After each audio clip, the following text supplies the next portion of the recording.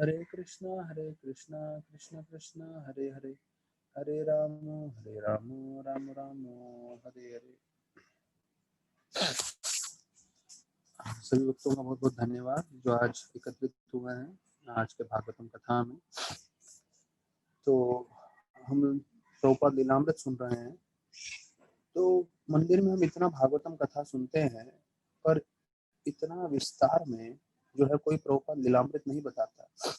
प्रभुपाद लीलामृत में से कोई एक आध लीला या दो लीला बता देते हैं, पर जैसे हम लोग रोज 15 मिनट 20 मिनट इतने विस्तार पूर्वक प्रभुपाद जी की लीला सुन रहे हैं, तो मैंने कितनी चीजें हैं जो लीलामृत में पढ़ के जो है मुझे लग रहा है कि अरे ये तो सुना ही नहीं है, ये तो सुना ही नहीं है। तो हम लोग को जो है, क्योंकि हम प्रभुपाद के शिष्य हैं, तो हमें प्रभुपाद ने जो जो अपने जीवन में संघर्ष देखा है वो हमें जानना चाहिए, जिससे हमें अपने जीवन में उतनी प्रेरणा ले सके। तो ये जनवरी 11 1966 की बता रहे हैं कि कैसे लाल बहादुर शास्त्री को हार्ट अटैक आ गया, जो प्राइम मिनिस्टर थे रशिया जाते समय। तो प्रभुपाद का ये प्लान था कि जब वो अमेरिका आएंगे तो अमेरिका में उनसे मिलेंगे और उनको बोलेंगे कि आप भारत से फंड्स भेजिए, जिससे हम जो है हम न्यूयॉर्क में एक मंदिर बना सके, हिंदू मंदिर। उन्होंने पहले जो है श्रीमद् भागवतम भी दिया था लाल बहादुर शास्त्री का, जिसका उन्होंने प्रशंसा की थी। उनको काफी उम्मीद था कि ये उनसे जो है काफी मदद होगा, लेकिन उनका देहांत हो गया। तो देहांत होने के कारण उनका जो इच्छा थी कि भारत से फंड्स आने का, तो वही रुक गया। तो अभी जनवरी 14 तारीख को, अभी ये देखिए जनवरी 11 तारीख को लाल बहादुर शास्त्री जी का हार्ट अटैक में देहांत हुआ। 3 दिन में प्रभुपाद ने दूसरा प्लान तैयार किया।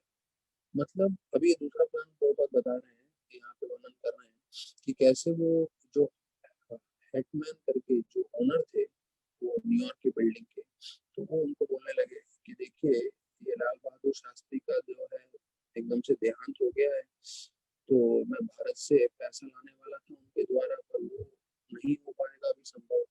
तो आपका जगह तो वैसे ही खाली पड़ा हुआ है, और मुझे ये भी मालूम चला है कि आपको टैक्स भरना पड़ रहा है, इंश्योरेंस भरना पड़ रहा है, और दूसरे सब चार्जेस हैं। तो इससे अच्छा हमें इस्तेमाल करने दे दीजिए। तो उससे कई लोग जो उसके जो संस्था के प्रति फेवरेबल है वो लोग पैसा देंगे, और आपका ये सब पैसा बच जाएगा, और धीरे धीरे करके हम भविष्य में जो है आपका बिल्डिंग के पैसे का भी प्रबंध करेंगे। तो मुझे ये संस्था स्टार्ट करने के लिए तुरंत आप ये मकान दे दीजिए, ऐसे करके उन्होंने रिक्वेस्ट किया। तो वो बोलते हैं आपको आप डायरेक्टर भी बन सकते हैं, जिससे जो है ये संस्था का आगे के कार्यों में आप मदद कर सकते हैं। तो प्रभुपाद का मन में विचार स्पष्ट था कि ये जो हार्टमैन है, जो ओनर है, वो डायरेक्टर भी बन जाए हमारे इंस्टीट्यूशन के, जिससे दोनों काम हो जाएगा कि वो भविष्य में भी मदद करते रहेंगे। तो हार्टमैन ने जब ये चिट्ठी मिला उनको, तो उसका उन्होंने कुछ जवाब नहीं दिया। तो फिर बोलता है प्रभुपाद जो है ये पद्मपाद सिंघानिया, उनसे उनको एक चिट्ठी मिली कि कैसे उनको लग रहा था कि जो पद्मपाद सिंघानिया जी जो है वो अवश्य मुझे पैसा भेजेंगे और उससे होगा। लेकिन उन्होंने जो है पहले तो उनका एक फेवरेबल स्टार्टिंग में रिप्लाई आया कि हाँ आप अगर मंदिर बनाना चाहते हैं, तो मैंने आपका चिट्ठी पढ़ा कि आपको राधा कृष्ण मंदिर बनाना है। तो ये इसमें दो मुश्किलें हैं। तो उन्होंने दो मुश्किलों का वर्णन किया कि जो फॉरेन एक्सचेंज है वो देश से, मतलब भारत से विदेश में पैसा भेजने में थोड़ा रुकावट कर सकता है। तो बोले अगर वो रुकावट हट जाए तो मैं पैसा भेजने के लिए तैयार हूँ। और फिर उन्होंने बोला कि जो है $1,10,000 अर्थात 7 लाख रुपए। तो बोले ये तो छोटे अमाउंट में जो है मंदिर नहीं बना पाएंगे, और सिंघानिया का ये इच्छा था कि हम जो है इंडियन कल्चर के हिसाब से, इंडियन आर्किटेक्चर के हिसाब से, जो भारत की कला है और भारत की जो शिल्पी शास्त्र का जो जिस तरह से मंदिर बनाते हैं, तो उस तरह से हम मंदिर बनाएंगे। तो इन दोनों के बारे में कैसे करना है करके ऐसे करके उन्होंने चिट्ठी लिखी। तो ये पहले सिंघानिया जी थे जो प्रभुपाद को मदद करने के लिए तैयार हुए।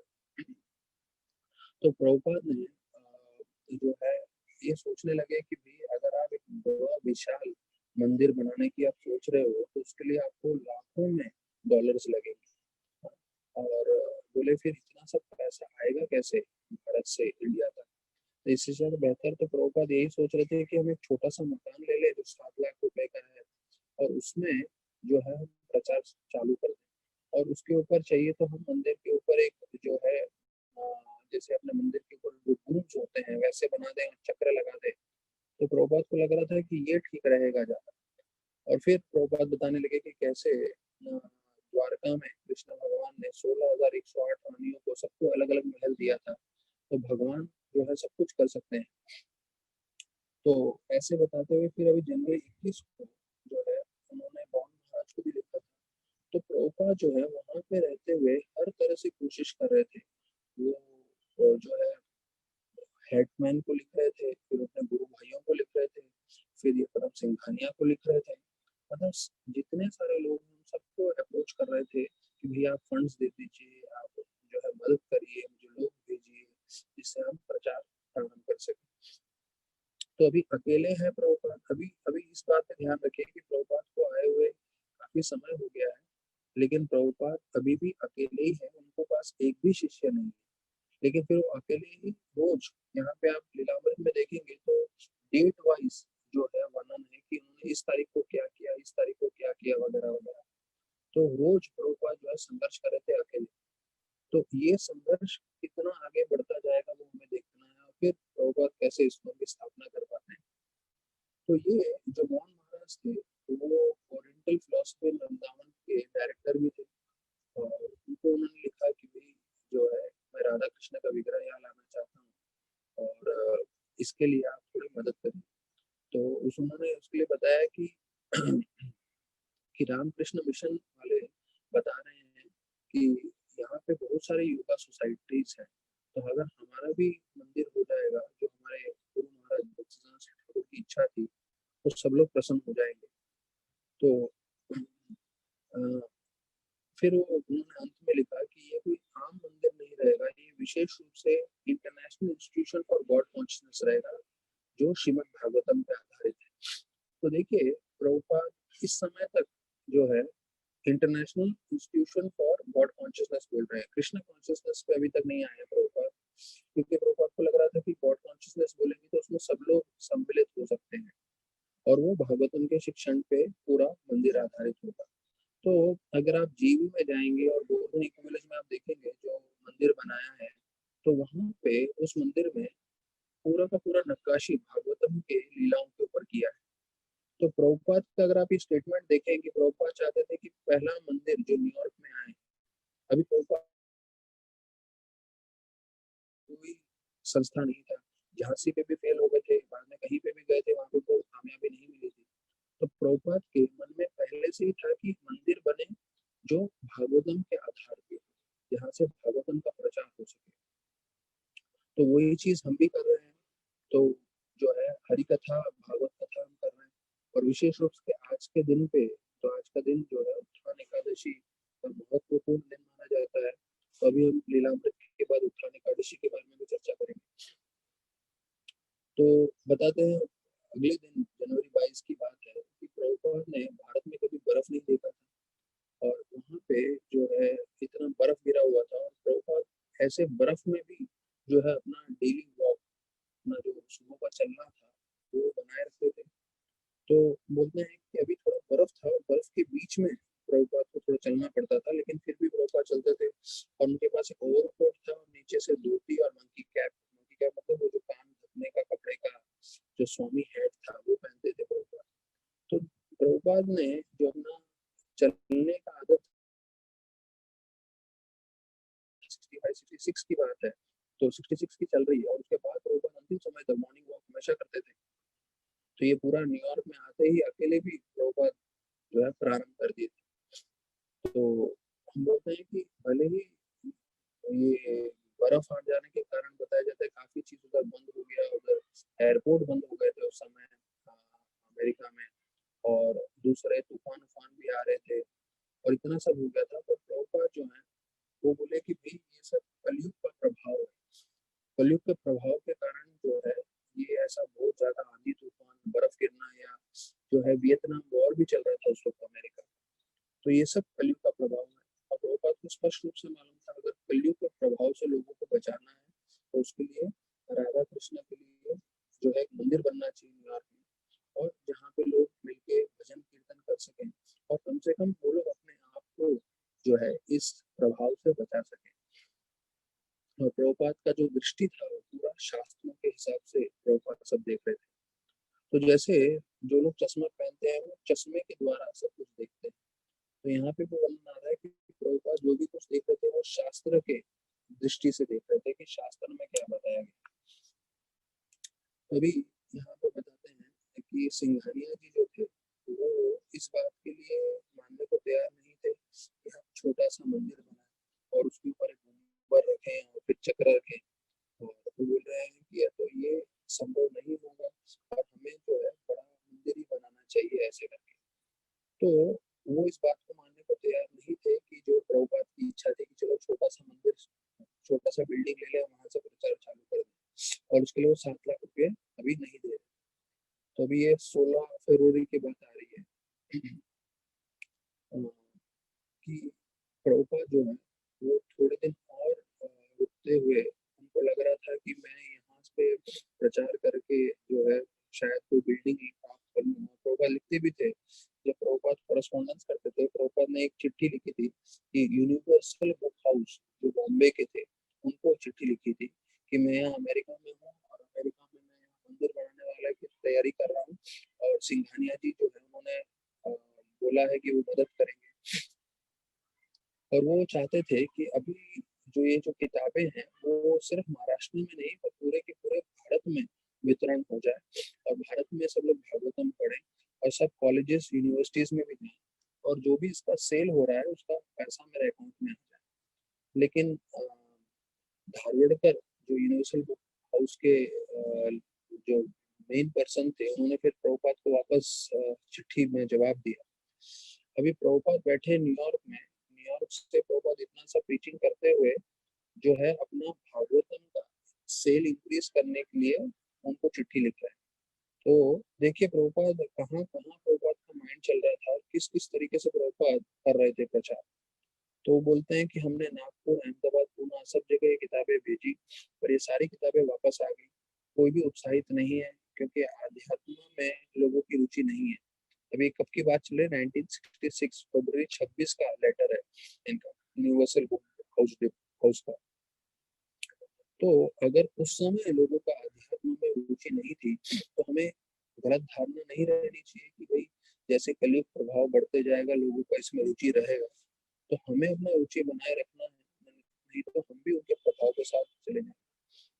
और यहाँ तक कि वो ये बोलते हैं कि अभी हम पूरे महाराष्ट्र में भी नहीं कर पाएंगे, आप किसी और को ढूंढ लीजिए जो आपके भागवतम का सेल कर सके। और वो बोलते हैं कि अभी तक सिर्फ 6 सेट्स गए हैं जिसके 172 रुपए होते हैं जो हम आपके अकाउंट में भरवा रहे हैं। तो प्रभुपाद सोच रहे थे ये धर्म का भूमि है लेकिन यहाँ पे जो है कोई स्वीकार करने के लिए तैयार नहीं है। तो प्रभुपाद को बार बार एक ही चीज समझ में आ रहा था कि इंडियंस लोग जो है वो तैयार नहीं है भक्ति करने के लिए और उनको जो है भौतिक चीजों में ही ज्यादा आकर्षण। फिर बोलते हैं कि प्रभुपाद ने जो इंडिया के न्यू प्राइम मिनिस्टर थे इंदिरा गांधी, तो उनको भी ये चिट्ठी लिखी कि ये तो आप जो है पैसा भेजिए जिससे हम मंदिर बना सकें न्यूयॉर्क में। तो उनका जो ऑफिशियल सेक्रेटरी थे मिस्टर L.K. घा, तो उन्होंने प्रभुपाद को चिट्ठी लिखी कि हमें आपका चिट्ठी मिला और प्राइम मिनिस्टर जो इंदिरा गांधी है उन्होंने पढ़ा और हम बहुत प्रशंसा करते हैं कि आप गीता भागवत का प्रचार कर रहे हैं लेकिन अभी जो फॉरेन एक्सचेंज का सिचुएशन है वो बहुत मुश्किल है तो हम आपको राधा कृष्ण का मंदिर बनाने के लिए कोई मदद नहीं कर पाए।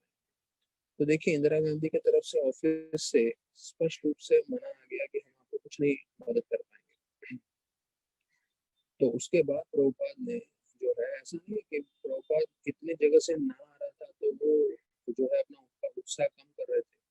तो उन्होंने तीर्थ महाराज को लिखा कि आप किसी तरह से जो है राधा कृष्णन करके जो है उनसे गवर्नमेंट में से जो है वो फंड्स जो सिंघानिया भेजा है वो क्लियर कराने की कोशिश करी, उसका भी जवाब नहीं आया।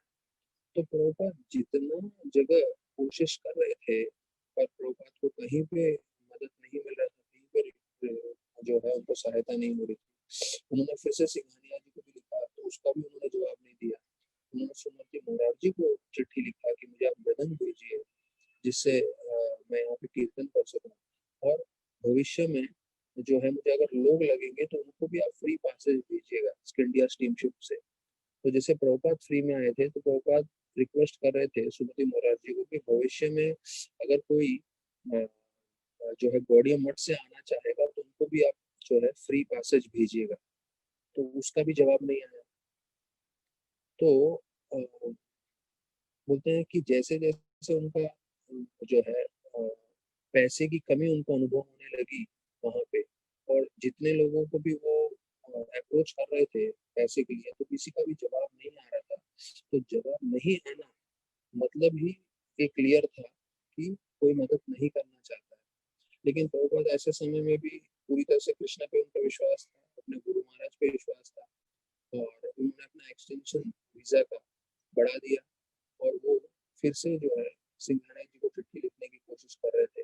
और उनको मालूम था कि वो इतने शक्तिशाली व्यक्ति है सिंघानिया कि वो पैसा भी भेज सकते हैं और उनके तरफ से काफी कार्य भी हो सकता है।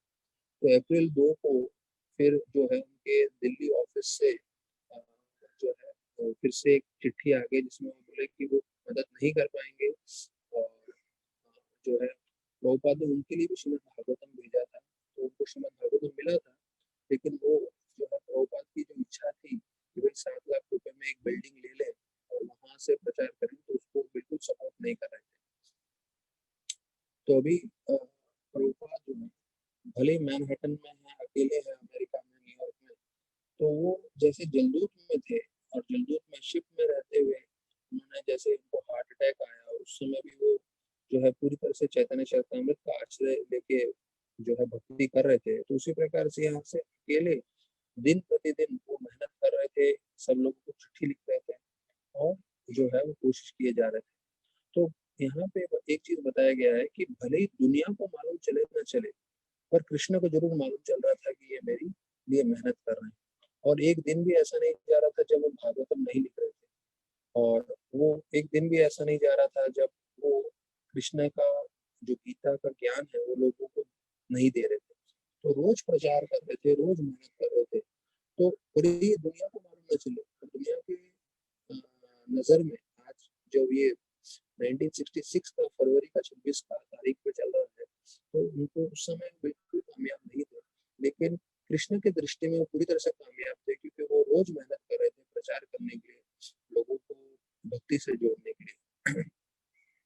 तो अभी एक ही प्रश्न आता है कि अमेरिकन लोगों के बीच में जो है एक शुद्ध भक्त है, अभी ये शुद्ध भक्त को पहचान पाएंगे कि नहीं, और ये भक्ति से जुड़ पाएंगे कि नहीं, तो उसका पूरा जो है अभी भविष्य में हम देखेंगे। तो अभी यहाँ पे अभी वर्णन आ रहा है, यहाँ पे भी वर्णन आ रहा है कैसे आज का उत्थान एकादशी जिसके बारे में मैंने बताया था हम चर्चा करेंगे। तो ये कार्तिक महीने का जो है ये दूसरा एकादशी है, और ये काफी महत्वपूर्ण एकादशी है। हरि बोधिनी एकादशी, प्रबोधिनी एकादशी, देव उत्थानी एकादशी और उत्थान एकादशी, ये सब 4 तरह के नाम है आज के एकादशी के। और इसकी कथा जो है स्वयं ब्रह्मा जी नारद मुनि को बोलते हैं। ये थोड़ा लंबा है इसका, आज का उत्थान एकादशी का कथा, पर हम लोग सुन लेते हैं क्योंकि जो है इसका महिमा आज के दिन सुनना हमारे लिए काफी लाभदायक होगा। तो इसमें बता रहे हैं ब्रह्मा जी नारद मुनि को कि आज मैं आपको इस एकादशी की महिमा बताऊंगा। सिर्फ सुनने मात्र से लोगों के पाप नष्ट हो सकते हैं, मुक्ति प्राप्त हो सकती है, और विशेष रूप से इसकी कथा सुनने से जीव को भगवान को शरणागत होना चाहिए। तो बोलते हैं गंगा में स्नान करने की महिमा सबको मालूम है। वो गंगा में स्नान करने की महिमा से जो है कहीं अधिक महिमा है हरि बोधिनी एकादशी का पालन करना। तो वो बोलते हैं हरिबोधिनी एकादशी क्योंकि साल में एक ही बार आता है, तो वो विशेष रूप से बताया जाता है 1000 अश्वमेध यज्ञ या 100 राजसूय यज्ञ करने से भी बढ़कर है। तो आज का जो एकादशी है, अगर वो हम पूरी तरह से पालन करते हैं तो वो 1000 अश्वमेध यज्ञ और 100 राजसूय यज्ञ। देखिए ना, हमें अश्वमेध यज्ञ न राजसूय यज्ञ के बारे में ज्यादा मालूम है, सिर्फ जो शास्त्रों में लिखा है वो हम बोल रहे हैं और सुन रहे हैं। पर सारांश ये समझना है कि एकादशी के दिन जितना हम दिल लगा के भक्ति करेंगे तो उससे हमें परम कल्याण प्राप्त होगा। तो नारद मुनि जो है बहुत उत्साहित हो गए इसके बारे में सुन के। तो बोले आप मुझे बताइए इसके एकादशी के बारे में। तो बोलते हैं कि जो दिन में 2 बार भोजन करता है और जो दिन में 1 बार भोजन करता है, तो उन दोनों को क्या असर प्राप्त होता है। तो बोलते हैं कि जो दिन में 2 बार भोजन करता है तो वो अपने पिछले जन्म के पाप पूरे नष्ट करता है, और जो सिर्फ दिन में 1 बार भोजन करता है आज की एकादशी में, वो पिछले 2 जन्म के पाप को नष्ट करता है। और जो पूरी तरह से फास्टिंग करता है इस एकादशी में, तो 7 जन्मों का पाप नष्ट कर देता है। ऐसे करके ब्रह्मा जी नारद मुनि को बता रहे हैं। तो बोलते हैं तीनों लोक में ऐसा कोई चीज नहीं है वो आपको प्राप्त नहीं होगा अगर आप ये हरि बोधिनी एकादशी पालन करोगे तो इस दुनिया की कोई भी चीज आप प्राप्त कर सकते हो। फिर बोलते हैं कि किसी ने पाप किया हो और वो पाप कितना बड़ा हो, सुमेरु पर्वत जितना। तो सुमेरु पर्वत बताया जाता है वो एक बहुत ही विशाल जो है इस पृथ्वी का भी पर्वत नहीं है, दूसरे लोग का पर्वत है, माउंट पहाड़ सुमेरु। तो बोलते इतना विशाल किसी ने पाप किया हो, लेकिन कोई इस एकादशी के दिन जो है फास्टिंग करता है तो उसके पूरे पाप नष्ट हो जाते हैं। इसलिए इस एकादशी का एक और नाम है पाप हरिणी एकादशी। मतलब हमने कितना ही पाप किया हो, लेकिन आज की एकादशी में फास्ट करने से जो है वो पूरा खत्म हो जाता है। फिर बोलते हैं कि हमने 7 जन्म, 2 जन्म, 1 जन्म सुने थे, अब यहाँ पे बोलना है 1000 पूर्व जन्म के जो है पाप खत्म हो जाते हैं अगर हम फास्टिंग करते हैं। और दूसरा बोलते हैं अगर रात को भी हम जागरण करते हैं। और उदाहरण दिया जाता है कैसे एक पहाड़ होगा रुई का, कॉटन का, और उसमें आप एक चिंगारी आग का लगा दो तो पूरा का पूरा पहाड़ रूपी रुई को जला देता है। तो वैसे ही हमारे जितने भी पाप हैं वो पूरा नष्ट कर सकता है एकादशी। फिर बोलते हैं कि अगर हम थोड़ा सा भी पुण्य करें आज के दिन में तो हमें सुमेरु पर्वत जैसा फल की प्राप्ति हो। क्यों? क्योंकि अगर हम शास्त्रों पे विश्वास करते हैं तो, और शास्त्रों पे विश्वास नहीं करते हुए कोई सुमेरु पर्वत जैसा भी पुण्य कार्य करेगा तो उसका भी उसको ज्यादा फल प्राप्ति नहीं होगी। तो ये 2 चीजें बताए हैं कि अगर अपने शास्त्रों पे विश्वास रख के थोड़ा भी पुण्य कार्य किया हो तो सुमेरु पर्वत जितना आपको फल प्राप्त होगा। और शास्त्र में विश्वास नहीं है और आप जो है सुमेरु पर्वत जितना पुण्य कार्य करते हो तो उसका भी आपको फल प्राप्त नहीं होगा। तो बोलते हैं कि अगर कोई गलत कार्य करता है, कोई पाप कार्य करते हैं, तो उसका जो है फल बहुत भयंकर आता है और उनका पूरा जीवन नाश हो जाता है, ऐसे करके बताया। तो फिर बोलते हैं कि कोई अपने गुरु को सम्मान नहीं करे या उनका अपमान करे तो इनसे जो है हमारा भौतिक जीवन नष्ट हो सकता है, इसका हमें ध्यान रखना है। फिर बोलते हैं कि कोई जो है अभक्तों का संग करेगा तो उससे जो है उनका पूरा अध्यात्म नाश हो जाएगा और वो जो है यमराज के धाम के लिए नियुक्त हो जाएंगे, अर्थात तो वहां पे जाना पड़ेगा। फिर बोल रहे हैं कि हमें ऐसे घर में नहीं खाना खाना चाहिए जो भक्त नहीं है। हाँ, तो उससे जो बोलते हैं हमारा जीवन, हमारे आनंद और वो सब कुछ, हमारा नाम सम्मान सब नष्ट हो जाएगा। तो भोजन हम कहाँ से खा रहे हैं वो हमें ध्यान रखना चाहिए। तो कल हम गौर किशोर बाबा जी का तिरुभाव के दिन भी चर्चा कर रहे थे, कहीं से भी जो है हम प्रसाद प्राप्त कर लें तो वो ठीक नहीं है। तो धर्म अर्थ काम वो भी पूरी तरह से जो है नष्ट हो जाते हैं अगर हम भक्तों का संग नहीं करें और अभक्तों का संग करें। तो ये पूरा इसमें वर्णन किया गया है। फिर बोलते हैं कि अगर कोई सोचता है नहीं कि मैं इस एकादशी के दिन पूरा फास्टिंग करूंगा, तो बोलते हैं 100 पूर्व जन्म के पाप को नष्ट कर सकता है। तो देखिए अलग अलग चीज बताया गया है, 100 जन्म, 1000 जन्म, फिर 7 जन्म। तो जितनी हम तीव्रता से इस एकादशी के दिन फास्टिंग करेंगे, जैसे मैंने बताया सबसे उत्तम होता है कि निर्जल एकादशी, फिर सेकंड होता है जल पी के एकादशी का पालन, फिर तीसरा होता है कि जल के साथ सिर्फ कभी रात को एक आध गिलास दूध पी लिया या कोई फ्रूट जूस ले लिया, बस उतना ही और कुछ नहीं। तो जितना स्ट्रिक्टली एकादशी फॉलो करेंगे, या तो फिर जैसे जिनका तबीयत ठीक नहीं रहता तो वो पूरा एकादशी का प्रसाद प्राप्त करते हैं दिन में 2-3 बार, तो वैसे करते हैं। तो यहाँ बोलते हैं कि हमारे 1000 जो हमारे पूर्वज हैं उनका भी उद्धार होता है आज के एकादशी का पालन करने से। और बोलते हैं भले ही हमारे पूर्वज नियम का पालन नहीं कर रहे हो, भले ही वो 4 नियम का उल्लंघन किया हो, और भले ही वो नर्क में भी क्यों ना हो, लेकिन जो जो भक्तों ने आज का एकादशी पालन किया है, तो उनके सारे पूर्वजों को, यहाँ पे लिखा है 1000 पूर्वजों को जो है गहने पहना के आध्यात्मिक शरीर में विष्णु के लोक अर्थात वैकुंठ लोक लेके जाते हैं। अब देखिए इतना महिमा ये सब एकादशी का आ रहा है जो हम चर्चा कर रहे हैं। तो इसके बाद जो है और बता रहे हैं,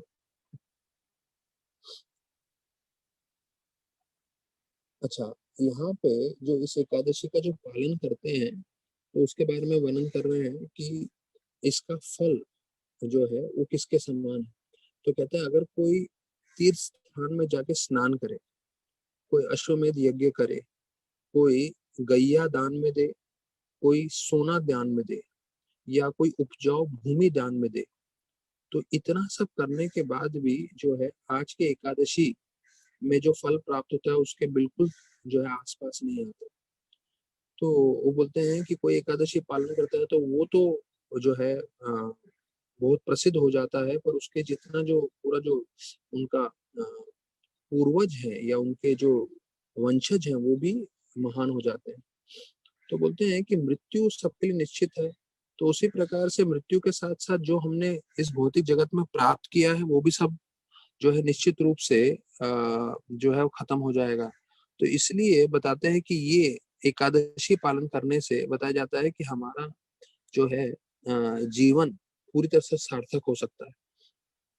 तो बोलते हैं all places of pilgrimage in the 3 worlds comes and resides in the house of a person who fasts on this Ekadashi. मतलब जो तीनों लोक में, मतलब तीनों लोक मतलब यहाँ पे जो ऊंचे लोक हैं, जो नीचे के लोक है और पृथ्वी लोक है, तो इन तीनों लोक पे जो भी तीर्थ स्थान है, सिर्फ पृथ्वी का नहीं, जो ऊपर के सारे लोक हैं या नीचे के जितने भी लोक हैं पृथ्वी के नीचे, जो हमने सुना है 14 लोक होते हैं, उनके सब तीर्थ स्थान ऐसे भक्त के घर में आ जाते हैं जो ये एकादशी का पालन करता है और जो कृष्ण भगवान की सेवा करता है।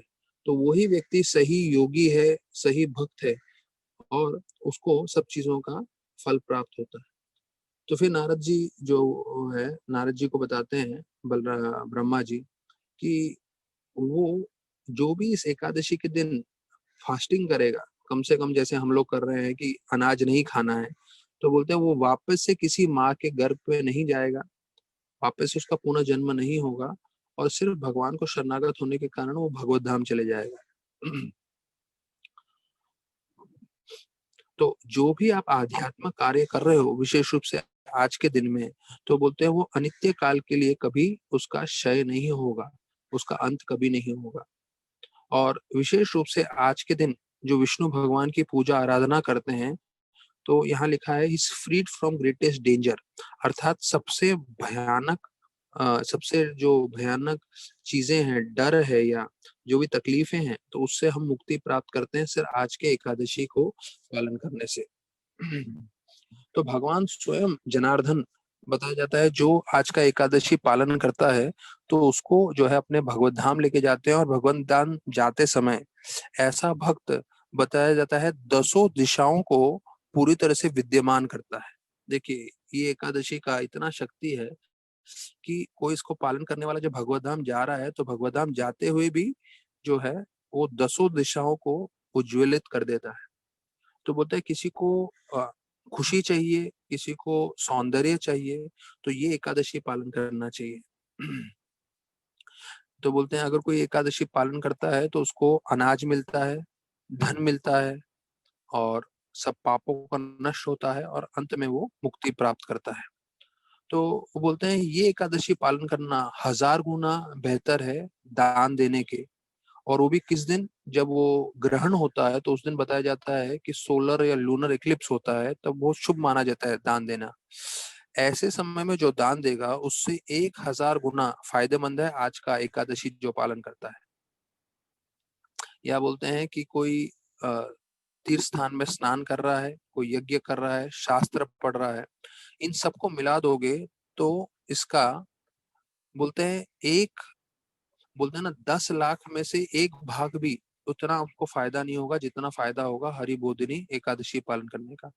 1/10 मिलियंथ द मेरिट, 1/10 मिलियंथ, तो मिलियंथ मतलब 1 मिलियन बोले तो 10 लाख, तो 10 लाख का 1 भाग भी नहीं होगा जितना जो है हमें यहाँ पे आज के एकादशी में पालन करने से मिलता है। तो फिर बोलते हैं कि ये कार्तिक महीने का आखिरी एकादशी है तो इसलिए बहुत शक्तिशाली है, जिसमें भगवान स्वयं बहुत प्रसन्न होते हैं और सबको सब फल देने के लिए तैयार होते हैं। और फिर वापस से वही चीज बताया गया है कि हमें जो है दूसरों के घर में भोजन नहीं करना चाहिए आज के दिन पे। और बोलते हैं अगर आज आप शास्त्रों के ऊपर चर्चा करें तो हम इसके बाद जो भागवतम पे चर्चा करने वाले हैं, तो बोलते हैं आज अगर आप शास्त्र पे चर्चा करते हैं तो भगवान विष्णु जो है बहुत प्रसन्न होते हैं। और यहाँ तक कि ऐसा वर्णन कर रहे हैं कि अगर कोई हाथी और घोड़े दान में दे तो उससे भी ज्यादा प्रसन्न उससे होते हैं भक्त से जो भगवान की कथा सुनता है। तो अगर वो एक श्लोक सुने, आधा श्लोक सुने या एक चौथाई श्लोक सुने, तो वो बताया जाता है उसको इतना फल प्राप्त होता है कि जैसे उसने हजारों गैया ब्राह्मण को दान में दी। तो आज के दिन में हरि कथा सुनना मतलब हजारों गैयों को दान में देने का फल हम लोग सब स्वीकार कर रहे हैं। तो बोलते हैं आज के दिन पे हमें सब दूसरे आम कार्य छोड़ देने चाहिए और हमें जो है पूरी तरह से भगवान की लीला सुनने में समय देना चाहिए, भगवान का नाम जप करने में हमें करना चाहिए। तो इससे हमारे सारे पूर्वजों को, पीढ़ियों को भी जो है इसका लाभ होगा। तो यहाँ पे बोल रहे हैं कि 10,000 जो है फायर सेक्रीफाइस, अग्नि के जो यज्ञ करते हैं उसकी शक्ति प्राप्त होती है। और सिर्फ सुनने वालों को, मतलब हो सकता है किसी ने फास्टिंग नहीं किया हो, लेकिन अगर सिर्फ कोई सुन रहा है ये एकादशी के बारे में, विशेष रूप से कार्तिक के इस महीने में, तो बताते हैं उसको कई हजार गैया उसने दान में दी है, उसका फल उसको प्राप्त हो रहा है। और कई लोग जो आज के दिन भागवत कथा सुनते हैं तो उनको 7 द्वीप उन्होंने दान में दिए हैं, उसका फल स्वरूप फल प्राप्त होता है। तो देखिए 7 द्वीप कोई दान में दे, उसका फल हमें मिलेगा अगर हम हरि कथा सुनते हैं तो उसके ऊपर वो जो है नारद मुनि और बोलते हैं कि और कुछ मुझे इसके बारे में बताइए। तो ब्रह्मा जी बताने लगते हैं कि इसका एकादशी पालन करने का तरीका ये है कि हमें ब्रह्म मुहूर्त में उठना चाहिए और ब्रह्म मुहूर्त में उठने, सूर्योदय होने से पहले हमें जो है भगवान का नाम जप करना चाहिए स्नान वान करके। और फिर जो है दिन भर हमें भगवान की हरि कथा सुनने में मन लगाना चाहिए और भगवान से ये प्रार्थना करना चाहिए सुबह को कि आज मैं फास्टिंग कर रहा हूँ लेकिन कल जो है मैं आपका प्रसाद प्राप्त करूंगा। और फिर बताया जाता है कि पूरा दिन हमें साधुओं के संग में शास्त्र सुनना चाहिए जिससे हमें पूरी तरह से इसका कल्याण हो, फायदा हो। तो आज के दिन बोलते हैं कपूर भगवान को चढ़ाना चाहिए, फल, खुशबूदार पुष्प, और ये अगुरु पुष्प करके एक आता है वो भी, जो ये हरि भक्ति विलास में पूरा दिया गया है जहाँ से हम लोग चर्चा कर रहे हैं और पुराणों में भी है। तो ये सब बता रहे हैं ऐसा सब अर्पण करना चाहिए। तो आज के दिन हमें पैसे के बारे में ज्यादा स्मरण नहीं करना चाहिए, तो उससे जो है हमारा ये कल्याण होगा। तो फिर बोलते हैं कि आज के दिन भगवान को स्नान कराना चाहिए। और वो बोलते हैं कि अगर आज के दिन आप भगवान को स्नान कराते हैं तो वो आपको जो है हजार लाखों गुना जो है फायदा होगा किसी तीर्थ स्थान में स्नान करने के। तो नारद जी वो को बता रहे हैं कि जो है आज के दिन के एकादशी को पालन करने वाले को जो है, if one devoutly worships Lord Krishna, आज के दिन जो कृष्ण की पूजा करते हैं, हाँ, वो बेल के जो है पत्ते वो भी अर्पण कर सकते हैं। और विशेष रूप से कृष्ण भगवान को आज के दिन तुलसी के पत्ते अर्पण करने चाहिए। तो उससे जो है, बोलते हैं आज के दिन अगर तुलसी के पत्ते हम अर्पण करते हैं तो हजारों के संख्या में हमारे हजारों जन्मों की संख्या का जो पाप है वो खत्म हो। तो बोलते हैं अभी 9 चीज बता रहे हैं तुलसी महारानी के बारे में, तो जरा ध्यान से सुनिएगा। आज के दिन तुलसी महारानी को कोई स्पर्श करता है, कोई उसके बारे में ध्यान करता है, कोई तुलसी महारानी की कथा सुनता है, कोई प्रणाम करता है, कोई उनके बारे में स्तुति करता है, कोई तुलसी का पौधा लगाता है, कोई पूजा अर्चना करता है, और कोई जल देता है। तो बताया जाता है कि आज के दिन ये सब करने से आप जो है भगवत धाम जो है निश्चित रूप से प्राप्त करेंगे। तो ये 9 तरीके से जो है कोई करे तो वो हजारों हजारों युगों तक, और बताया जाता है जैसे तुलसी महारानी के जड़ होते हैं, तो जड़ में जितनी जितनी शाखाएं होती हैं तो उतना समय तक, मतलब हजारों हजारों युगों तक जो है वो आनंद भोगते हैं। तो ऐसे इसके अंदर वर्णन किया गया है। और यहाँ तक ये बोलते हैं कि जैसे तुलसी महारानी के जो बीज होते हैं, तो बीज से फिर तुलसी महारानी उगती है, तो जितने भी उसके अनगिनत बीज हैं तो उतने युगों तक जो है अगर किसी ने पालन किया है आज का एकादशी को तो उसको फल प्राप्त होता है। कहते हैं आज के दिन कोई कृष्ण भगवान को कदम के फूल चढ़ाता है तो उसको यमराज का जो है मुख कभी नहीं देखना पड़ता है। और कोई भी बकुल अशोक के जो है पत्ते भी चढ़ाता है भगवान को, तो बताया जाता है जब तक सूरज चांद रहता है तब तक उसको जो है कोई भी दुख और तकलीफ नहीं होगा, और अंत में वो भगवत धाम भी जाएगा। और ऐसे करके बहुत सारे ऐसे फल इसमें दिए गए हैं कि अगर ऐसे करते हैं तो ऐसा होगा, और अगर दूसरा चीज करेंगे तो जैसे बोलते हैं आज अगर कोई तुलसी के जो पुष्प होते हैं जिसे मंजरी बोलते हैं, वो कृष्ण भगवान को अर्पित करते हैं विशेष रूप से कार्तिक के मास में, तो उनको 10 लाख गैया दान का फल मिलता है। तो जिनके घर में तुलसी है और तुलसी मंजरी है तो वो जरूर कृष्ण को अर्पण करिए। तो आज आपको तुलसी मंजरी अर्पण करने के बदले में 10 लाख गैया का दान करने का फल प्राप्त होगा। फिर बोलते हैं कि कोई जैस्मीन या चंपक जो है फूल अर्पण करेगा तो वो भी वापस इस भौतिक जगत में नहीं आएगा। और कुंभी फूल करके बताया गया है, तो वो अगर कोई भगवान को अर्पण करता है तो उसको 200 ग्राम सोना जो है दान में करने का फल प्राप्त होता है। तो इतना सब बताया गया है। फिर एक आया है कि केतकी फल फूल अगर कोई भगवान को अर्पण करेगा आज तो वो 10 लाख जन्मों के पाप से बच जाएगा। फिर ऐसे लंबा लंबा पूरा विस्तार है इसका, बस सभी संक्षेप में भी अंत होने वाला है। तो बोलते हैं कृष्ण भगवान का मुख्य चीज ये है कि हम उनका जप करें, उनका ध्यान करें, उनकी लीलाओं पे स्मरण करें, तो ये सबसे उत्तम कार्य है। और दूसरे ब्राह्मणों को भी जो है भोजन कराएं, आज नहीं कल के दिन पे, जो कल जब द्वादशी आता है तब ये करना है, अपने गुरु को पूजना है। और फिर जो है गुरु और वैष्णव को अलग अलग भेंट भी दे सकते हैं, ऐसा वर्णन किया गया है। तो यहाँ बोलते हैं अगर आपने कोई नियम गलती से आपसे टूट गए हो तो आपके जो गुरु हैं उनको बताना चाहिए, तो उनको बताने से आपको क्षमा प्राप्त हो जाती है और उनकी कृपा प्राप्त हो जाती है, ऐसा भी वर्णन किया गया है। जिससे भगवान भी आपसे बहुत प्रसन्न हो जाते हैं। अच्छा, किसी को गंजा नहीं होना है तो जो यहाँ लिखा है मैं आपको बता रहा हूँ, किसी को गंजा नहीं होना है तो किसी ब्राह्मण को आईना जो है वो देना चाहिए भेंट में। तो अगर आप आईना देंगे तो उसका फल में आप कभी गंदे नहीं होंगे। जी आपका आवाज बहुत ब्रेक हो रहा है। हरे कृष्ण। और घी के दिए से विष्णु भगवान और तुलसी महारानी की पूजा करनी चाहिए। और फिर बोलते हैं कि आपको बहुत सारा भेंट देना चाहिए ब्राह्मण को, अगर आपके पास भेंट नहीं है तो कम से कम मीठे शब्द बोल के एक ब्राह्मण को प्रसन्न करने की कोशिश करनी चाहिए। हरे कृष्ण प्रभु जी। फिर मुझे ऐसे आपका आवाज बहुत टूट रहा है और कम आ रहा है। जो है हरि बोधिनी एकादशी की महिमा का अंत आ रहा है, हुआ है, ये पूरा उसमें बताया गया है। और अभी जो है जो दूसरे अलग अलग कथाओं में जो है इसका महिमा जो है बताया गया है, जो हमने पहले चर्चा किया था। तो ये स्कंद पुराण में से बता रहे हैं ब्रह्मा जी कि कोई भी इस एकादशी को पालन करता है तो विशेष रूप से पुनर्जन्म नहीं लिखता प्राप्त होता। और सनातन गोस्वामी अपनी दीर्घदर्शनी टीका में बताते हैं कि एक चूहा था, जो हमने चर्चा किया है पहले, मैं फिर से फास्ट बता देता हूँ। वो हमेशा जो है जले हुए घी के दिया का जो जल जाता था, उसके बाद में वो दिया जो घी का था वो खाता था चूहा।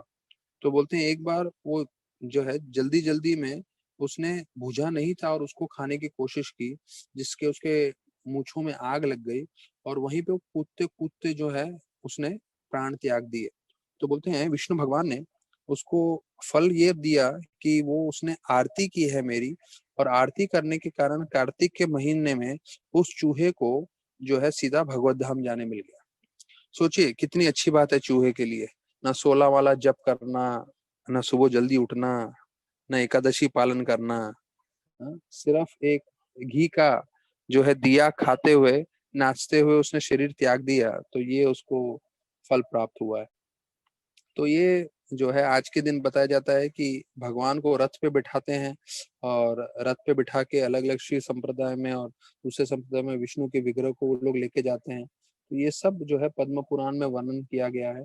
तो हम देखिए इसमें विस्तार पूर्वक इतना सब बताया है, पर हमें जो है अपने इसके लिए कंक्लूजन के लिए जो है हमें ये समझना है कि हम लोगों को 16 माला जप करना है, 4 नियम पालन करने हैं, भागवत सुनना है, और जितना हो सकता है प्रभुपाद के मिशन में सेवा करने की कोशिश करनी है।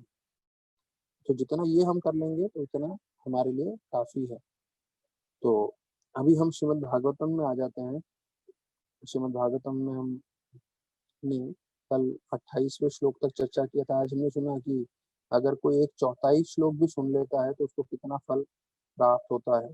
तो ये भागवतम की महिमा है। आज के इसकी भी महिमा है उत्थान एकादशी की। तो कल हम लोग चर्चा कर रहे थे भागवतम में से 27वें श्लोक में कि कैसे भगवान सब चीज को नियंत्रण करते हैं। जैसे बैल को नियंत्रण करने के लिए उसके नासिका से रस्सी डालते हैं, तो जैसे ही खींचते हैं तो उसके कारण वो बैल यहाँ वहां जाता है। तो बैल पूरा वश में रहता है क्योंकि उसके नासिका में रस्सी दिया डाला गया है। तो उसी प्रकार से बोलते हैं कर्मों के द्वारा जो है भगवान सभी जीवों को बांध के रखते हैं, और कर्मों से ही जो है बंधे हुए वो लोग सब दुनिया में कार्य करते हैं। तो हमने कल चर्चा किया मृत्युम अमृतम शब्द का प्रयोग किया है। जो अभक्त है उनके लिए भगवान मृत्यु के लिए आते हैं, मृत्यु के रूप में आते हैं, और भक्त के लिए भगवान अमृतम मतलब अमृत के रूप में आते हैं, मतलब उनको भगवत धाम लेके जाते हैं। फिर 28वें श्लोक में बताया गया है कि अभी स्वयंभू मनु ध्रुव महाराज की स्तुति करते हुए बोल रहे हैं कि आपने जब सिर्फ 5 साल के थे, आपकी सौतेली माँ ने आपको कुछ अपशब्द बोले, जिसके लिए आप क्रोधित होके जंगल में गए और आपने भगवान को साक्षात्कार प्राप्त कर लिया। तो आपने ऐसा स्तर प्राप्त किया है जो तीनों लोकों में प्राप्त नहीं हो सकता किसी भी जीव से।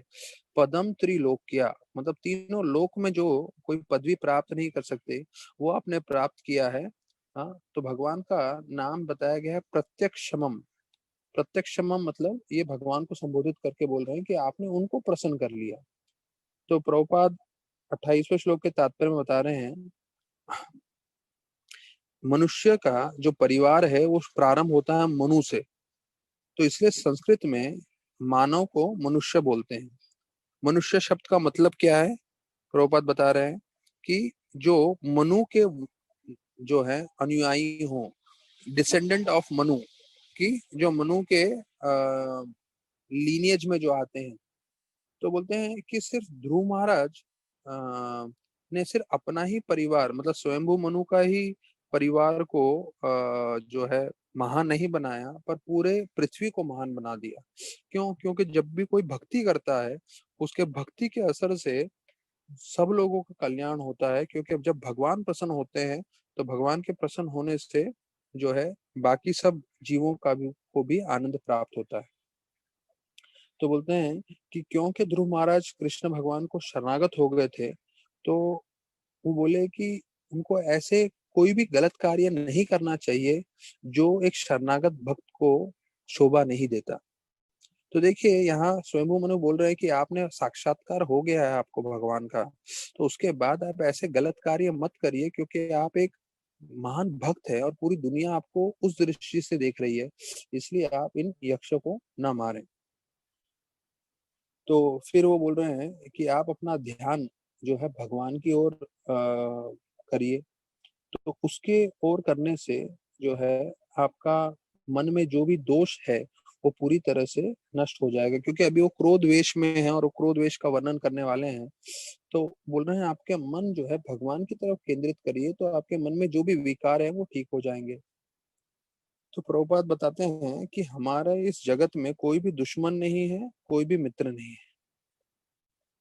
हम लोग जितने भी लोग हैं सब कर्मों से बंधित होते हुए जो है हमें अलग अलग शरीर मिला है, और जैसे ही हम अपना आध्यात्मिक स्वरूप समझ लेंगे तो फिर ये जो कर्मों का जंजाल है उससे हम निकल सकते हैं।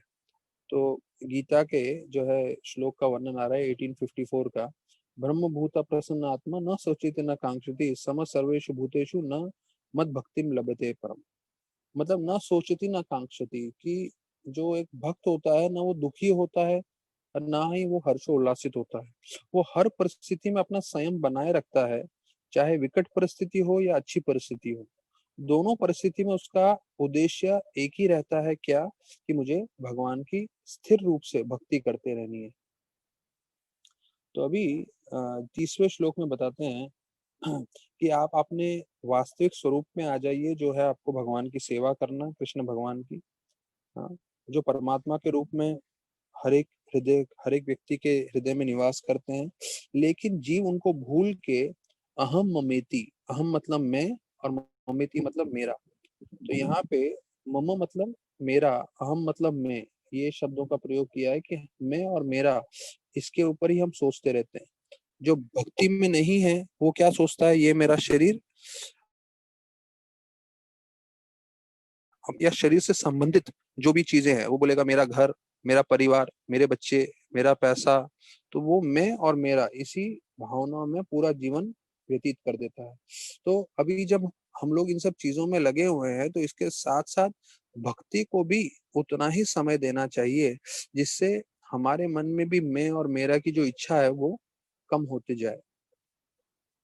तो बोलते हैं अभी ये देखिए, भले ही ध्रुव महाराज मुक्त थे, मुक्त थे क्यों, क्योंकि उन्होंने 5 साल में ही भगवान का दर्शन कर लिया था साक्षात रूप से, लेकिन उसके बाद भी वो माया के प्रभाव में आ गए। क्यों, क्योंकि उनके भाई का जो है देहांत हो गया था। तो इसलिए बोल रहे हैं कि ये इतना शक्तिशाली है माया का प्रपंच, कि कोई आत्म साक्षात्कार प्राप्त किया हुआ भक्त को भी अपने लपेटे में ले लेते हैं।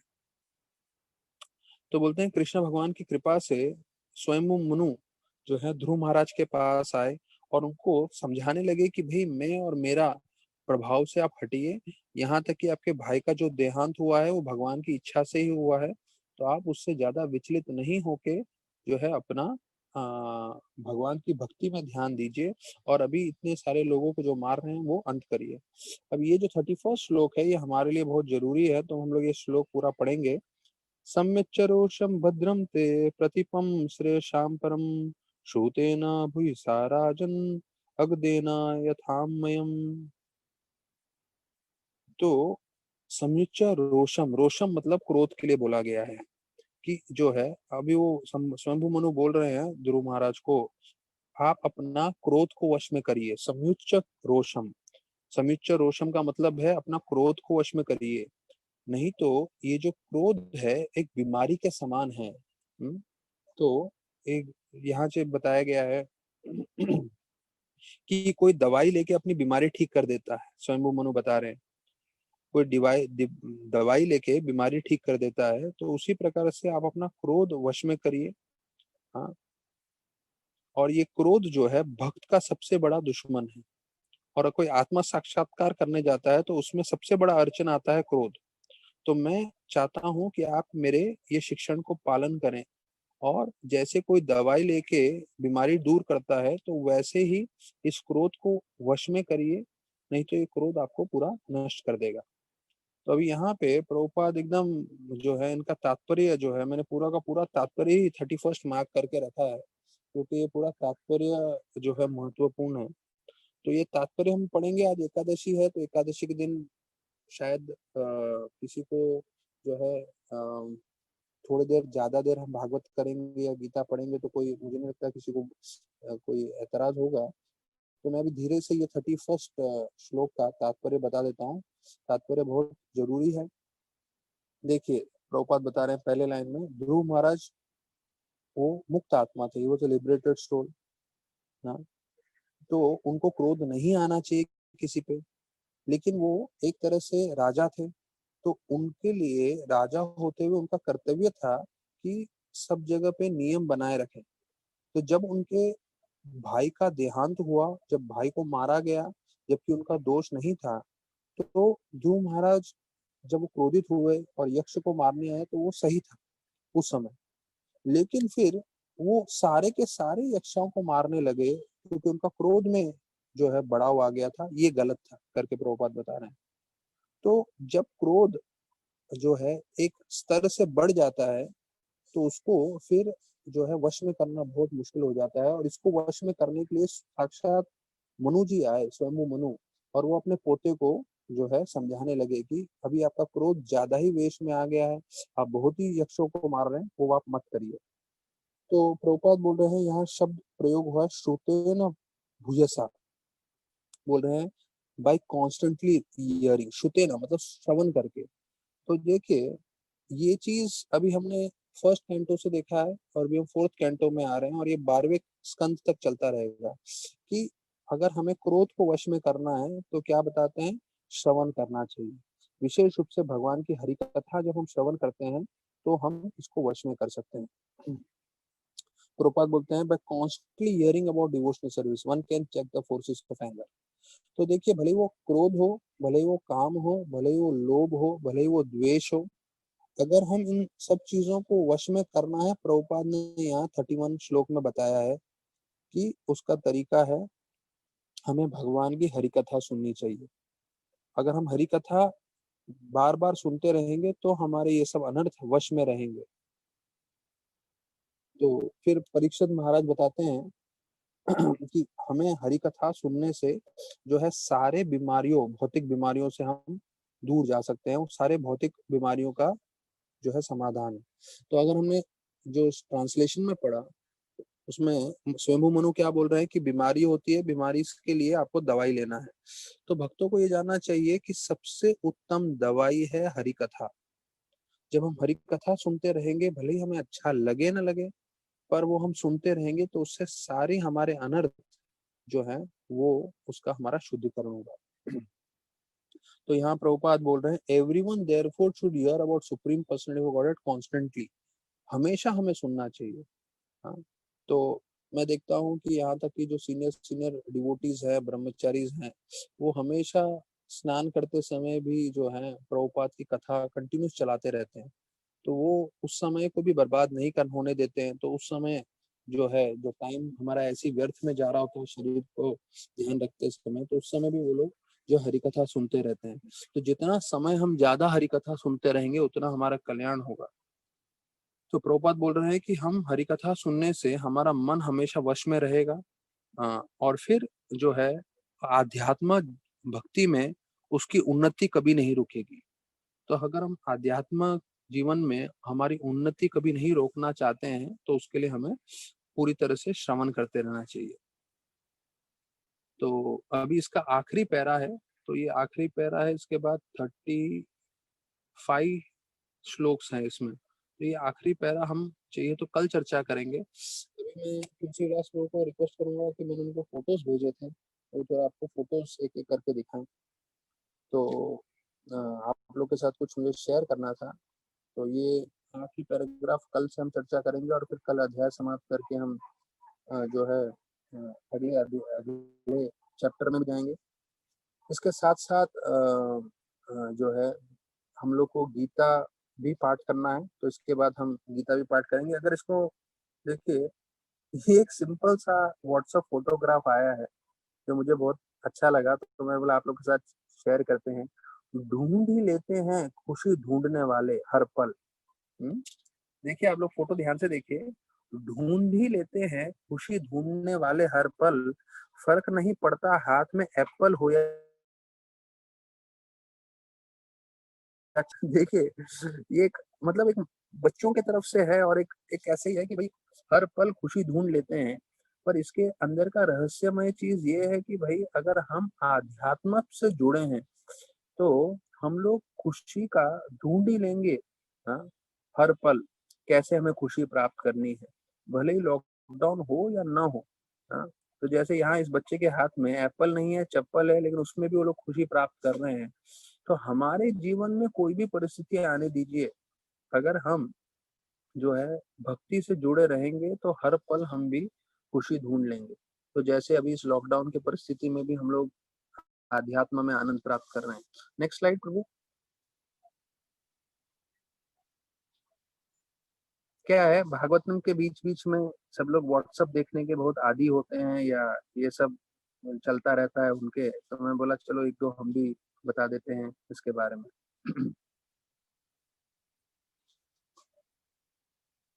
ये देखिए राधानाथ महाराज की तस्वीर देखिए आप। अ, महाराज विशेष रूप से ये जब यश बिरला के घर में ठहरे थे तो उनका जो है गंगा की तरफ जाने का जो रास्ता है उसमें वो प्राइवेट जगह है, वहां पे कोई और नहीं आ सकते। तो महाराज रोज सुबह को जाते थे, सुबह उठ के 5 बजे में, और अपना जो है जो महाराज का सन्यासी का जो धोती पहना हुआ है महाराज ने उसको ऊपर करके जाते थे वहां और उसके ऊपर जाके बैठ जाते थे। और देखिए महाराज कैसे जपा कर रहे हैं, अगर आप ये तस्वीर देखेंगे तो आपको समझ में आएगा कि ये उनके जो पर्सनल सर्वेंट है व्रतचंद्र प्रभु, वो बताते थे कि महाराज जो है रोज सुबह को 5 बजे चले जाते थे और 12 बजे तक वहां पे बैठ के जपा करते थे। तो आज एकादशी था, तो एकादशी पे मैंने रिक्वेस्ट किया था सभी डिवोटीज से, आइए जुड़िए जपा में। तो तुलसी विलास प्रभु जो है 5 बजे से तकरीबन तकरीबन 12 बजे तक जपा कर रहे थे। तो हम लोग 15 दिन में एक बार जपा करते हैं तो हमें लगता है बस बहुत हो गया। हाँ, महाराज रोज जो है उधर जितने भी दिन थे ऋषिकेश में, रोज महाराज 5 बजे में चले जाते थे, 12 बजे सीधा आते थे। 12 बजे आने के बाद महाराज जो है दोपहर का प्रसाद करते थे। तो महाराज ऐसे, और महाराज व्रतचंद्र को बोल रहे थे कि इतना ध्यान पूर्वक महाराज जप कर रहे थे, मतलब ऐसा नहीं कि जो नॉर्मल हम लोग चैंटिंग करते हैं थके हुए वैसे।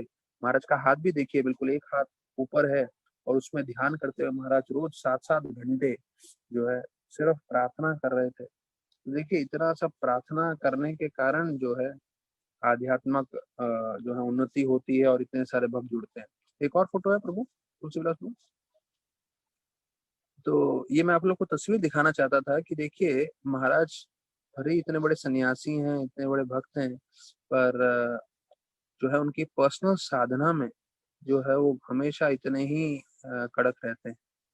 अच्छा अभी आज से, क्योंकि 5 दिन का जो है भीष्म पंचक चल रहा है, तो भीष्म पंचक के अवसर पे भक्ति रसामृत महाराज रोज शाम को 7 बजे जो है 64 भगवान के गुणों पे चर्चा कर रहे हैं। तो उसका लिंक तुलसी विलास प्रभु से आप ले सकते हैं। तो जो भक्तों को 7 बजे इसके बारे में सुनना है तो वो भी जुड़ सकते हैं। और हमारा तो कथा चल ही रहा है, हमारा तो 365 दिन का कार्यक्रम है, पर ये भीष्म पंचक के लिए विशेष रूप से आज 5 दिन 26 से 30 तारीख तक भक्ति रसामृत महाराज का क्लास भी रहेगा हिंदी में। तो उसमें भी आप लोग सब जुड़ सकते हैं। तो देखिए जो कथा का मौका मिल रहा है हमें उसका पूरा फायदा उठाना चाहिए। तो एकादशी के अवसर पर हम लोग थोड़ा राधानाथ महाराज का जीवन का चर्चा कर लेते हैं और फिर गीता में आएंगे। तो हमने कल सुना राधानाथ महाराज जनकपुर में एक साधु से मिलते हैं जो महाराज को बहुत फटकारते हैं, चिल्लाते हैं और बोलते हैं मूर्ख हो तुम, अमेरिका छोड़कर आ गए। हाँ, और किसके लिए आए तुम लोग अमेरिका छोड़ के, यहाँ पे राइस दाल खाने के लिए? बोलते अमेरिका में पैसा है, गाड़ियां हैं, बंगले हैं, तो वो सब ऐश्वर्य छोड़ के तुम यहाँ पर आए हो, ना ही भगवान है ना ही कुछ है, यहाँ पे सिर्फ गरीबी है, तुमको सिर्फ वही गरीबी मिलेगी। तो महाराज बोलते हैं इसको, उनसे मिलने के बाद जो इतना चिल्लाते हैं महाराज के ऊपर। और महाराज बोलते हैं कि जैसे नोट होते हैं, नोट में एक असली नोट होता है, एक जाली नोट होता है। तो अगर कोई जाली नोट देखे तो इसका मतलब ये नहीं कि असली नोट नहीं होता।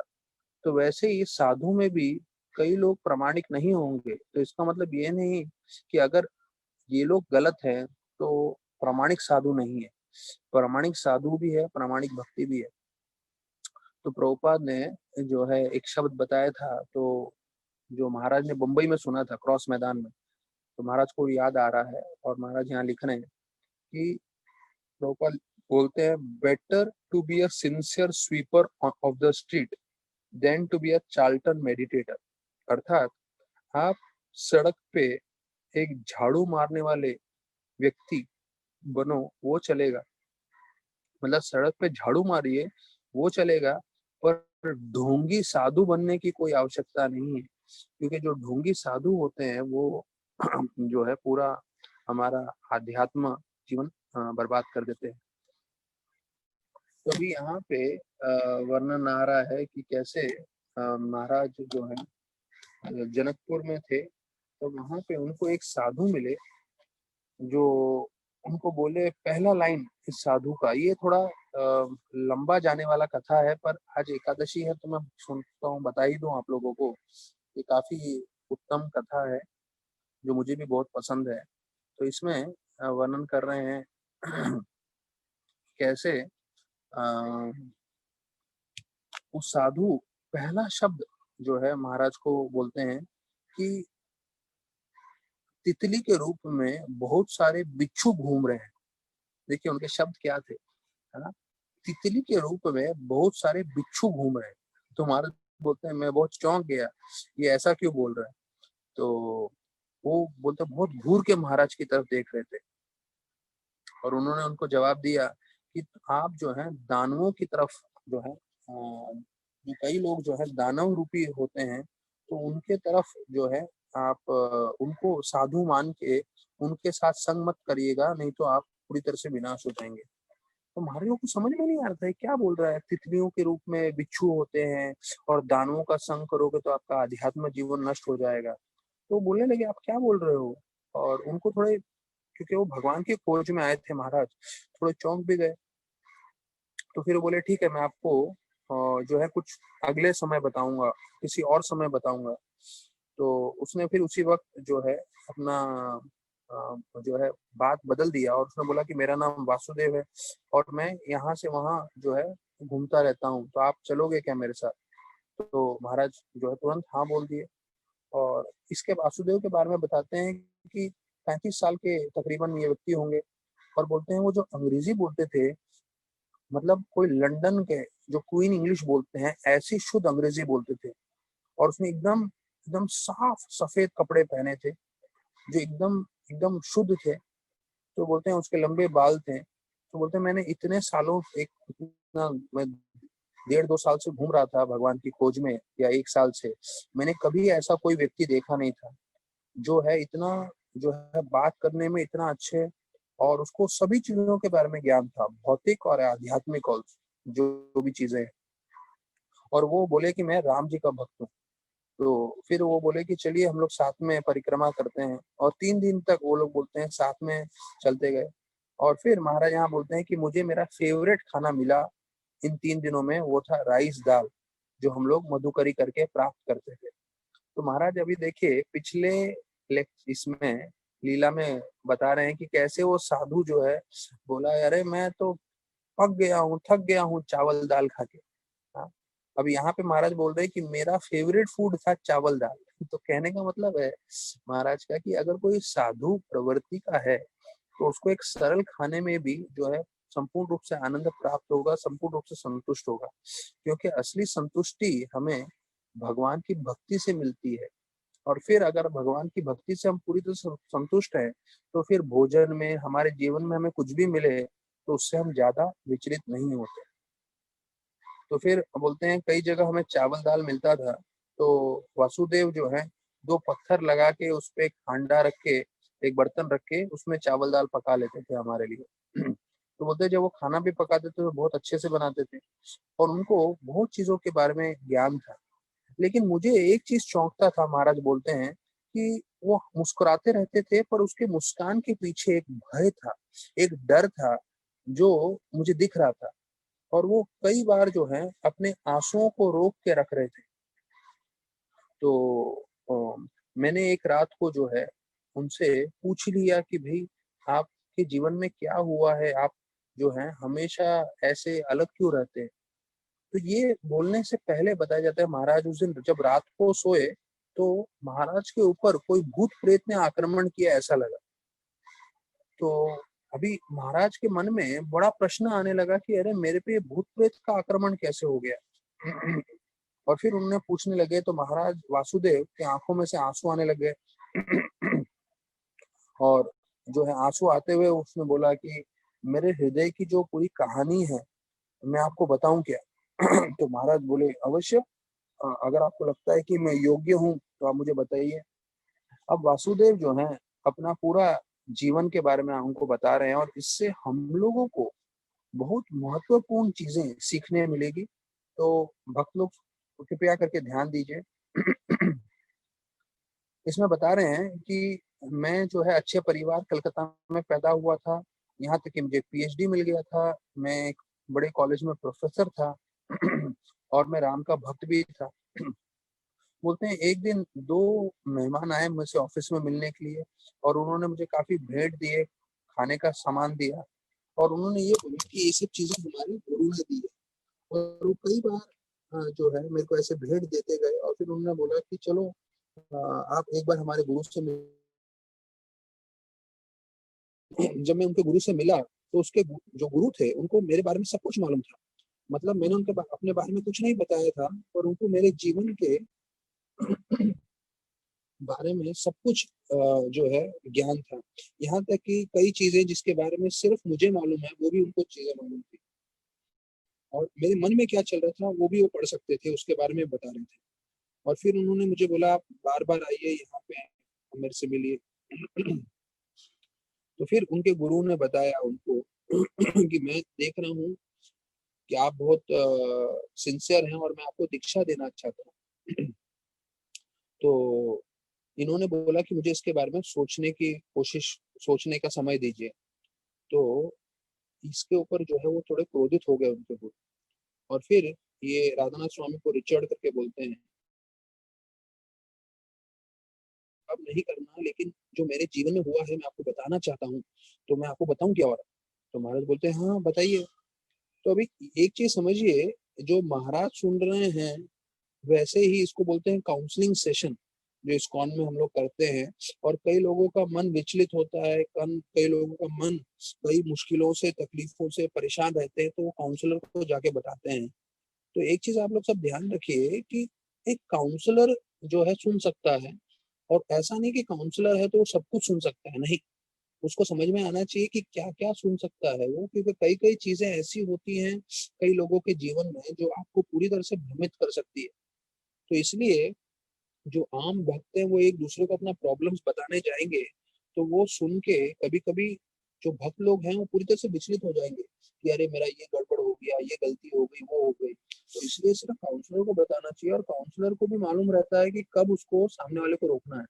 ऐसा नहीं कि उसने जो कुछ भी सुना हो, जो कुछ भी किया हो, पूरा 100% जो है वो सुनता है, नहीं। तो अभी यहाँ पे महाराज सुन रहे हैं क्योंकि महाराज एक शुद्ध भक्त हैं और जो है महाराज इतना जो है उनको साक्षात तुलसी महारानी से जो है इस गंगा देवी से महामंत्र मिला था, तो महाराज एक अलग स्तर पे हैं।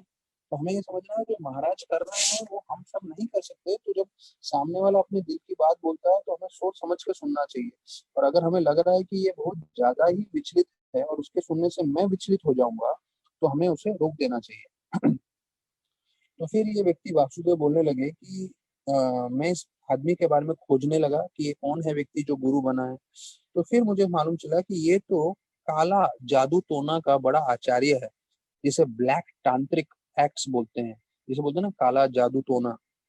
तो उसके बारे में बताने लगे राधानाथ महाराज को कि 2 तरह के तांत्रिक होते हैं। एक तो होता है काला तांत्रिक और एक होता है जो सफेद तांत्रिक। जो सफेद तांत्रिक होते हैं वो लोगों के कल्याण के लिए कार्य करते हैं और जो काले तांत्रिक होते हैं ये लोग बहुत गलत गलत कार्य करते हैं और ये बहुत शक्तिशाली भी होते हैं। आपका मन पूरा वश में कर सकते हैं, आपका जीवन पूरा वश में कर सकते हैं, और यहाँ तक कि लेते हैं और कई जन्मों तक वो इसको वश में करके रखते हैं। अब ये जो है थोड़ा, जो है हमने इतना गीता पढ़ रहे हैं और गीता के बारे में हमें मालूम है कि हम आत्मा हैं, पर ये जो जादू टोना वाले हैं, पर इनके पास कभी कई बार जो इनके पास इतनी शक्ति भी रहती है कि वो आत्मा को भी जो है वश में कर लेते हैं, ऐसे करके इसने बताया वासुदेव। तो तो फिर उन्होंने ये जो है बोलने लगे कि आप इतना कांप क्यों रहे हैं, जब आपको मालूम चल गया कि ये बुरे हैं तो आपको उन्हें छोड़ देना चाहिए था। ये महाराज बोलने लगे उनको। तो बोले, अरे ये तो शुरुआत हुई बाबा, इससे बाद तो मेरा जीवन में पूरा बदलाव आ गया। तो बोले, इनके जो शिष्य हैं वो बार बार मेरे ऑफिस में आते थे और मेरे को परेशान करते थे, और मैं कभी उनसे छूट नहीं पाता था।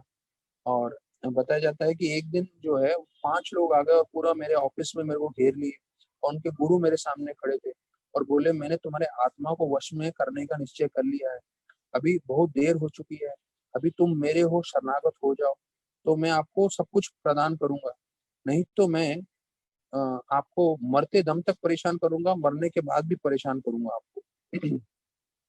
तो मैं उसका सुनने को तैयार नहीं था। तो वो मेरे को श्राप दे के गया और बोला, देखो मैं तुम्हारी जिंदगी कैसे बर्बाद करता हूँ। तो फिर बोलते हैं कि जैसे मैं एक दिन शाम को, वासुदेव बोल रहे हैं, मैं अपने घर पे गया तो मेरी जो विधवा माँ थी वो भी इसके प्रभाव में आ गई थी। तो वो चिल्लाने लग गई, वो क्रोधित हो गई और वो बोली, तुम क्यों उसके शिष्य नहीं बनना चाहते हो। और मैं जब समझाने की कोशिश कर रहा था तो मेरी माँ समझने नहीं तैयार थी और उसने मुझे घर से बाहर निकाल दिया। फिर जिस कॉलेज में मैं पढ़ा रहा था, तो उधर के जो प्रिंसिपल हैं उसने मुझे बाहर निकाल दिया। तो फिर वो बोलते हैं कि मैं कहीं भी घर लेने जाता था तो मुझे घर में रहने नहीं मिलता था। मैं कहीं भी नौकरी करने जाता था तो मेरे को नौकरी से निकाल देते थे, क्योंकि इनके पास इतनी जादुई, ये काला जादू टोना की शक्ति थी कि मेरे को न घर का आश्रय था, न कहीं नौकरी का आश्रय था। तो बोलते हैं ये लोग मेरे को हर जगह परछाई कर रहे थे, हर जगह मेरे पीछे पड़े हुए थे, यहाँ तक कि मैं पुलिस वालों के पास गया पर वो लोग भी मुझे नहीं बचा पाए इन सब चीजों से, और पुलिस वालों को भी इन्होंने इन्फ्लुएंस कर दिया था। तो उसके बाद मैं कहीं भी जो है मकान में नहीं रह रहा था और मेरा पूरा जीवन पूरी तरह से बर्बाद हो गया। फिर इस योगी ने मुझे मारने की कोशिश की और उसने अपने काले तंत्रों से और मंत्रों से उसने एक ऐसा अस्त्र तैयार किया जो मेरा शरीर और आत्मा को अलग कर देगा, अर्थात जो मुझे मार देगा। और बोलते हैं कि इतना ही नहीं, वो जो है वो सिर्फ मेरे शरीर को मारने के बाद जो मेरे आत्मा जो है उस पे वो कब्जा करना चाहता था। तो उसने जब ये अस्त्र का प्रयोग किया, हाँ, तो बताया जाता है कि ये तो मेरा शरीर, मेरा मन पूरी तरह से जैसे किसी को लकवा मार देता है वैसा हो गया। तो मुझे लगने लगा कि कई भूत प्रेत मेरे पे आक्रमण कर रहे हैं। तो मैं उनसे बचने के लिए भगवान राम का आश्रय लेने लगा और मैं राम का नाम जप करने लगा। तो जब भी मैं भगवान का नाम जप करता था, विशेष रूप से भगवान राम जी का, तो ये जो उसका जो अस्त्र है जो उसने बनाया था मेरा अंत करने के लिए, वो मेरे पे असर नहीं करता। तो ये बहुत महत्वपूर्ण चीज है जो बता रहे हैं। तो बोलते हैं कि मैं एक पल भी भगवान का स्मरण नहीं भूलता था, और मुझे मालूम था अगर मैं भूल जाऊंगा तो मेरी मृत्यु हो जाएगी। तो मैं हमेशा जप करता था। अभी काले जादू टोना में ऐसा होता है कि अगर आपने कोई अस्त्र बनाया है और वो अस्त्र सामने वाले को नहीं मारे, तो वो वापस आके जिसने अस्त्र बनाया है उसी का अंत कर देगा। तो वही हुआ। और ये अस्त्र क्योंकि मेरे पे आक्रमण नहीं कर पाया, क्योंकि मैं हमेशा राम का नाम का जप कर रहा था, तो ये जो गुरु थे काले जादू टोना के तांत्रिक गुरु, तो उनका अंत हो गया। और तब मैं समझ गया कि ये जो है मुझे भगवान के नाम ने बचाया है। तो अभी काला जादू टोना का बहुत बड़ा प्रश्न है, बहुत लोग इससे प्रभावित हो जाते हैं, उसका असर आता है। तो हमें ध्यान रखना है कि जहाँ भगवान का नाम जप हो रहा हो तो वहां पे काला जादू टोना या कुछ भी ऐसी चीजें प्रभाव नहीं करती है। तो बोलते हैं ये उनका जो गुरु थे तांत्रिक के, तो उनका शरीर तो नष्ट हो गया, लेकिन फिर भी वो सूक्ष्म रूप में अपने शिष्यों के साथ जो है मुझे वश में करने की कोशिश कर रहे हैं और मेरे को हमेशा जो है परेशान करने की कोशिश कर रहे हैं। इसलिए मैं कहीं एक जगह रह नहीं सकता और मैं हर जगह ऐसे दर-दर घूमता रहता हूँ। तो फिर यहाँ बोल रहे हैं कि आप अगर भगवान को शरणागत हो तो भगवान आपको पूरी तरह से बचा सकते हैं। तो फिर वो बोलते हैं कि कि मैं साधु के रूप में हूँ पर ये मेरे जीवन में चल रहा है। फिर वो वासुदेव जो है गहरी तरह से महाराज की आँख में देखते हुए बोले कि मुझे क्षमा करिए, ये सब चीज़ें मैंने आपको बताई, पर रिचर्ड आपको ये सब जानना ज़रूरी है, इसलिए आप अपने जीवन में ध्यान रखिएगा कि आप किसी गलत लोगों का संग ना करें। तो और फिर वो बोल रहे हैं कि हो सकता है ये सब चीज़ें इसलिए हुई हैं क्योंकि ये मेरे पूर्व जन्मों का कर्म है और ये पूर्व जन्म का कर्म होने के कारण मुझे ये सब भोग करना पड़ रहा है। लेकिन ये पूर्व जन्म के कर्म भोगते हुए मुझे एक चीज़ ध्यान रखना है कि मैं कभी राम को नहीं भूलूँ, राम का नाम हमेशा नित्य रूप से जप करता रहूँ। अगर मैं ऐसा करता रहूँगा तो मुझे मालूम है अवश्य मुझे प्रभु श्री राम जो है मेरा उद्धार कर देंगे, मेरे को जो है हमेशा रक्षा करेंगे। तो ऐसे करके बताते हैं, फिर आगे वो बोलते हैं कि अभी आपको मेरे लिए सिर्फ प्रार्थना करना है, क्योंकि आप मुझे मदद नहीं कर सकते और ना ही आप मेरे साथ रह सकते हो। क्योंकि जब महाराज रह रहे थे उनके साथ 3 दिन, तो एक रात को महाराज को भी ऐसा लगा कि भूत-प्रेत उन पे आक्रमण कर रहे थे। तो महाराज बोलते हैं कि मैं भी उनके लिए प्रार्थना कर रहा था और फिर मैं भी जो है उनको प्रणाम करके उनसे दूर चला गया। क्योंकि एक प्रार्थना है जो हमेशा लोगों को मदद कर सकती है। और फिर महाराज बोलते हैं कि वो जंगली कुत्ते तो कुछ भी नहीं है इनके सामने। जंगली कुत्ते तो ज़्यादा से ज़्यादा मुझे आक्रमण करते थे, पर यहाँ तो मैं इनकी कहानी सुन के मेरे रोंगटे खड़े हो गए, क्योंकि ये लोग जो हैं आत्मा को ही शरीर से अलग करके आत्मा पे कब्ज़ा करने की बात कर रहे थे। तो बोलते हैं ऐसा भी जो है काले जादू टोना में होता है। हाँ, तो ये सब चीज़ें मुझे मालूम नहीं थी जो महाराज बता रहे हैं।